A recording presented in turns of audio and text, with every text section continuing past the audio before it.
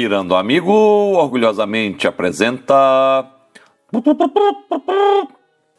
Força Magnética sobre Cargas Elétricas, Escola de Especialistas da Aeronáutica. A figura a seguir representa um equipamento experimental para verificar a influência de um campo magnético uniforme em cargas elétricas em movimento. O equipamento é formado por uma fonte emissora de partículas alfa, 2 ímãs e um anteparo, alvo. Sabendo que as partículas alfa possuem carga positiva, as partículas são emitidas pela fonte com alta velocidade em trajetória retilínea. A região entre os ímãs forma uma região de campo magnético uniforme. Se o feixe de partículas for emitido sem influência dos ímãs, as partículas atingirão o anteparo no centro do alvo, ponto entre as regiões A, B, C e D.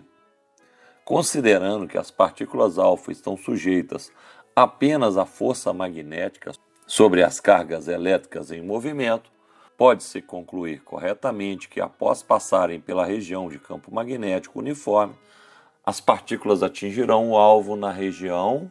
As partículas serão lançadas entre um campo magnético uniforme gerado pelos 2 ímãs da figura. Sabemos que o campo magnético sai do polo norte para o polo sul. Então, na figura, o campo magnético, que é um vetor, será vertical para cima, saindo do polo norte e entrando no polo sul. Temos a velocidade perpendicular ao campo magnético.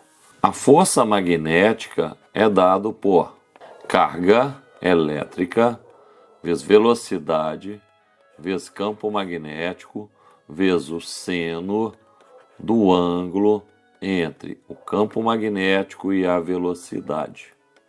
No caso específico, seria de 90 graus.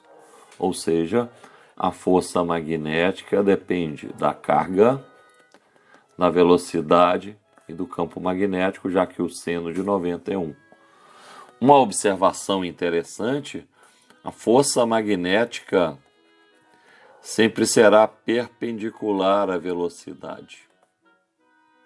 Então, a força magnética altera apenas a direção do movimento.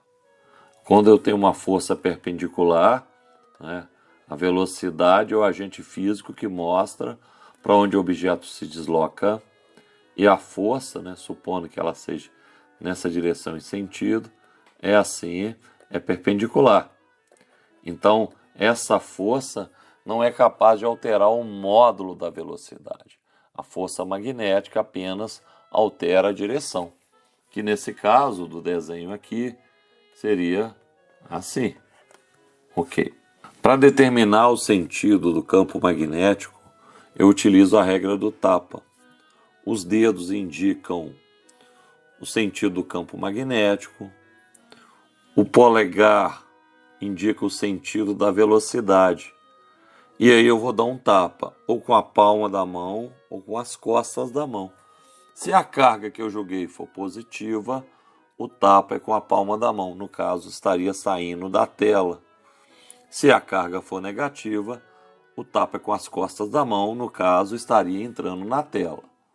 Tenho a figura, eu vou alinhar a minha mão direita no sentido do campo magnético e o meu polegar no sentido da velocidade da partícula. Como a carga é positiva, o tapa é com a palma da mão, então vai estar saindo da tela.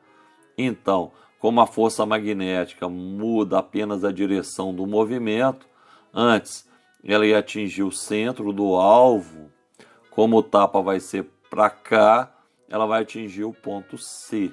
Espero que tenha gostado do vídeo, ajude a compartilhar o canal Pirando Amigo, ajude a divulgar o canal Pirando Amigo. Muito obrigado pela atenção.